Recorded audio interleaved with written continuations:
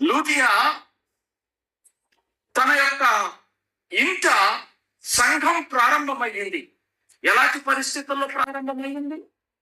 లూదియా ఎలాంటి వ్యక్తిగా ఉంది? లూదియా దేవుని యొక్క వాక్యమును విన్నది.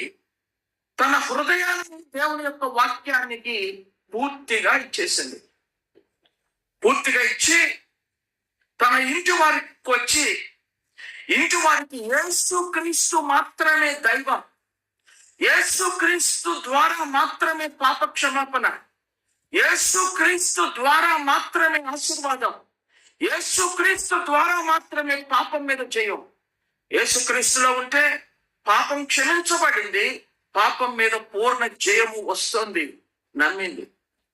It did not take for months for her to realize this truth.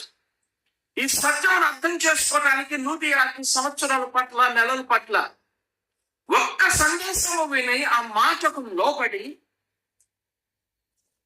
నిజంగా ఆ మాటలు తన కుటుంబానికి పంచుకుంది. ఆ కుటుంబం అంతా కలిసి బాప్తిస్మము తీసుకున్నారు. ఆ తరువాత ఇన్ నో టైం ఆ ఊరిలో సంఘాన్ని స్థాపనకు ఆమె కారకురాలు అయ్యారు.